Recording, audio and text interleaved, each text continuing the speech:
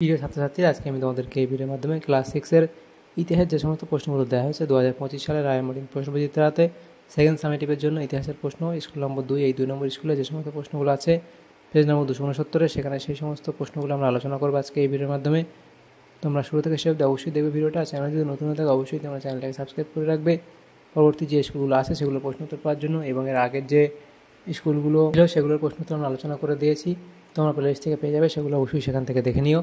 তো আজকে আমরা এই 2 নম্বর স্কুলের প্রশ্ন উত্তরগুলো আলোচনা করব। তো এখানে দেখো যে প্রশ্নগুলো বলা আছে 10টা।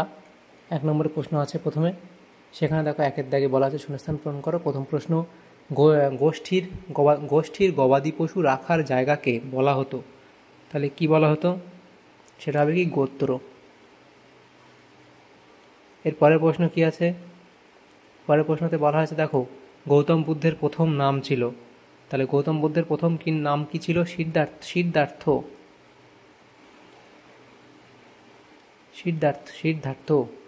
এরপরে ভারতীয় উপমহাদেশের সব থেকে জনপ্রিয় মহাকাব্য ছিল ড্যাশ ও ড্যাশ, তাহলে কি মহাভারত ও রামায়ণ। মহাভারত ও রামায়ণ। এরপরের প্রশ্ন কী ছিল দেখো, দক্ষিণ ভারতের একমাত্র মহাজনপদ ছিল, এটা হবে অসমক, তাহলে সেটা কি হবে? অসমক।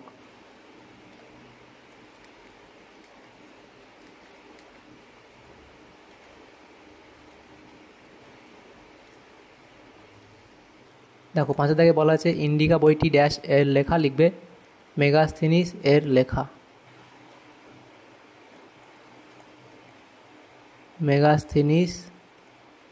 লেখা। এরপরে প্রশ্ন ছিল ড্যাশ দুর্গের ভিতরে একটি শিলালেখ আছে, লিখবে এলাহাবাদ। এখানে তোমাদের লিখে দিই এটা এলাহাবাদ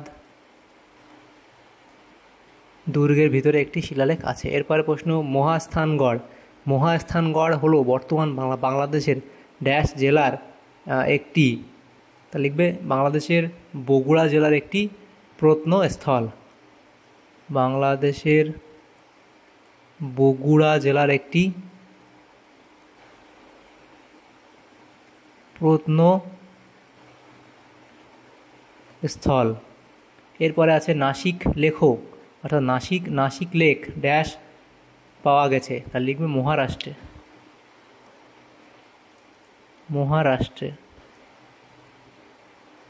নাসিক লেক মহারাষ্ট্রে পাওয়া গেছে। তাহলে এখানে যে প্রশ্নগুলো ছিল শূন্যস্থান পূরণ সেগুলো হলো। এর পরের প্রশ্নগুলো দেখো কি বলা হয়েছে, এখানে স্তম্ভ মেলাতে দেওয়া আছে, কয় স্তম্ভের সঙ্গে ক্ষয় স্তম্ভ মেলাতে বলা, তাহলে এখানে কয় স্তম্ভ, এদিকে ক্ষয় স্তম্ভ দেওয়া আছে। প্রথম আছে কি পিটক, তাহলে এটা তোমাদের মিলবে ডি এর সাথে, অর্থাৎ ঝুড়ি।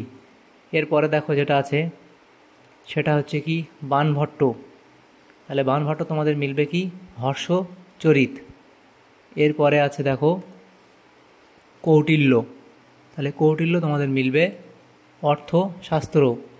তারপরে যেটা আছে দেখো সেটা হলো এখানে দিগম্বর ও শ্বেতাম্বর, সেটা তোমাদের মিলবে জৈন ধর্ম। দিগম্বর ও শ্বেতাম্বর সেটা মিলবে জৈন ধর্ম। এরপরে যেটা আছে সেটা হলো কি দেখো সেটা হচ্ছে অষ্টাঙ্গিক মার্গ, তাহলে অষ্টাঙ্গিক মার্গ তোমাদের হবে কি গৌতম বুদ্ধ। অষ্টাঙ্গিক মার্গ সেটা হলো কি গৌতম বুদ্ধ। তারপরে লাস্ট যেটা আছে সেটা হলো গৌতমীপুত্র সাতকর্ণী, সেটা হবে কি 1 নম্বর সাথে তোমাদের এটা মিলবে, সেটা হলো সাতবাহন।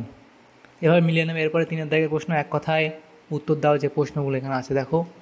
এখানে আমরা কি প্রথম প্রশ্ন, বিদ শব্দের অর্থ কি, লিখবে কি জ্ঞান। বিদ শব্দের অর্থ হলো কি জ্ঞান, তাহলে বিদ শব্দের অর্থ লিখবে জ্ঞান। এরপরে আছে জৈন ধর্মানুসারে মোট কতজন তীর্থঙ্কর ছিলেন, তাহলে কতজন ছিলেন?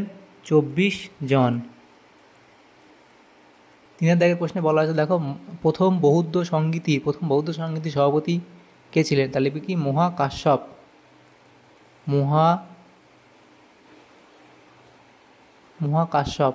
এরপরে প্রশ্ন ছিল আটবিক কাদের বলা হতো, লিখবে অরণ্যবাসীদের বলা হতো, তাহলে আটবিক কাদের বলা, লিখবে মৌর্য আমলে অরণ্যবাসীদের বলা হতো। মৌর্য আমলে মৌর্য আমলে মৌর্য আমলে অরণ্যবাসীদের বলা হতো। মৌর্য আমলে অরণ্যবাসীদের বলা হতো।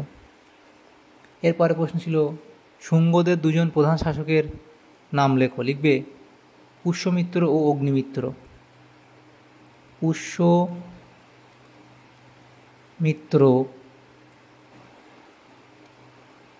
ও অগ্নিমিত্র।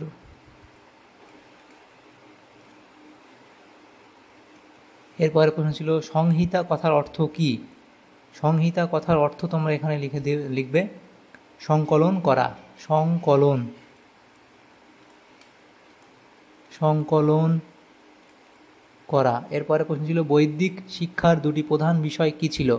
বৈদিক শিক্ষার দুটি প্রধান বিষয় ছিল, লিখবে ছন্দ ও ব্যাকরণ।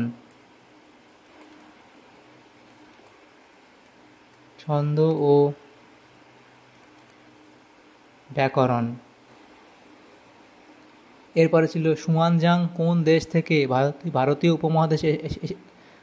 উপমহাদেশে এসেছিলেন এবং তার লিখিত গ্রন্থের নাম কি। তাহলে সে কোথা থেকে, কোন উপমহাদেশ থেকে এসেছিল, লিখবে চীন উপমহাদেশ থেকে এসেছিল এবং তার লেখা গ্রন্থের নাম কি। তার লেখা গ্রন্থ কি, শি ইউ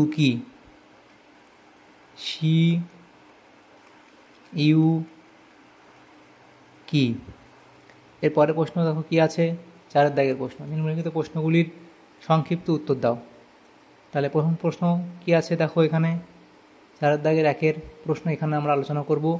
বৌদ্ধ ধর্মের প্রধান গ্রন্থের নাম কি। তাহলে বৌদ্ধ ধর্মের প্রধান গ্রন্থের নাম লিখবে ত্রিপিটক। এটি কয় ভাগে বিভক্ত, কি কি। এটি 3টি ভাগে বিভক্ত, সুপ্ত পিটক, বিনয় পিটক ও অভিধম্ম পিটক। এরপরে প্রশ্ন ছিল কি, জৈন ধর্মে ত্রিরত্ন বলতে কি বোঝো। তাহলে ত্রিরত্ন বলতে কি বোঝো তোমরা এ অবধি লিখে দেবে। এরপরে প্রশ্ন ছিল বেদের অপর নাম শ্রুতি কেন। তাহলে বেদ তারা শুনে মনে রাখতো, সেই জন্য এ অবধি তোমরা লিখবে। এরপরে প্রশ্ন ছিল কি, কনিষ্কের মূর্তিটি কেমন দেখতে ছিল, এ অবধি লিখবে। এরপরে মেগাস্থেনিসের লেখা থেকে আমরা পাটলিপুত্রের শাসন পরিচালনা সম্পর্কে কি জানতে পারি, সেটা তোমরা এ অবধি লিখবে। এরপরে প্রশ্ন ছিল কি, গৌতম বুদ্ধ কোথায় কত সালে জন্মগ্রহণ করেন। লিখবে গৌতম বুদ্ধ খ্রিস্টপূর্ব 566 অব্দে নেপালের তরাই অঞ্চলের কপিলাবস্তুর শাক্য বংশে জন্মগ্রহণ করেন। তারপরে তার পিতা ও মাতার নাম কী ছিল। গৌতম বুদ্ধের পিতার নাম ছিল শুদ্ধোধন ও মাতার নাম ছিল মায়াদেবী। এরপরে শ্বেতাম্বর কাদের বলা হয়, অবধি লিখবে। এরপরে প্রশ্ন কি আছে, পরের প্রশ্ন হচ্ছে 5 দাগের প্রশ্ন, টিকা লেখো যে কোনো 4টি। প্রথম প্রশ্ন চতুরাশ্রম সম্পর্কে অবধি লিখবে। এরপরে বৌদ্ধদের উন্নতি 7টি নিয়ম লেখো। তাহলে এ অবধি লিখবে 7টি নিয়ম। এখানে দেখো 1, 2, 3, 4, 5, 6, 7টা দেওয়া আছে, লিখে নেবে। এরপরে প্রশ্ন 3 দাগে চতুর্জাম ও পঞ্চ মহাব্রত কী। তাহলে চতুর্জাম এ অবধি লিখবে, পঞ্চ মহাব্রত এটা লিখবে এ অবধি। এরপরে বর্ণাশ্রম প্রথা কী। তাহলে বর্ণাশ্রম প্রথা সম্পর্কে এ অবধি লিখে দেবে। এরপরে প্রশ্ন ছিল হাতি গুম্ফা শিলালেখ, এ অবধি লিখবে। নাসিক লেক, সেটা এ অবধি লিখে দেবে।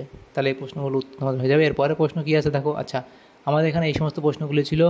আমাদের ক্লাস 6-এর ইতিহাসের যে প্রশ্নগুলো ছিল সেকেন্ড সামেটিভের জন্য 2 নম্বর স্কুলে, সমস্ত প্রশ্নের উত্তর আমরা আলোচনা করলাম আজকে এই ভিডিওর মাধ্যমে। তোমাদের যদি সামান্যতম উপকার এসে থাকে ভিডিওটা অবশ্যই একটা লাইক করবে, আর বেশি বেশি করে বন্ধুদের সাথে শেয়ার করবে। আর পরবর্তী যে স্কুলগুলো আছে সেগুলো প্রশ্ন উত্তর পাওয়ার জন্য অবশ্যই তোমরা আমাদের চ্যানেলটাকে সাবস্ক্রাইব করে রাখবে। Thanks for watching.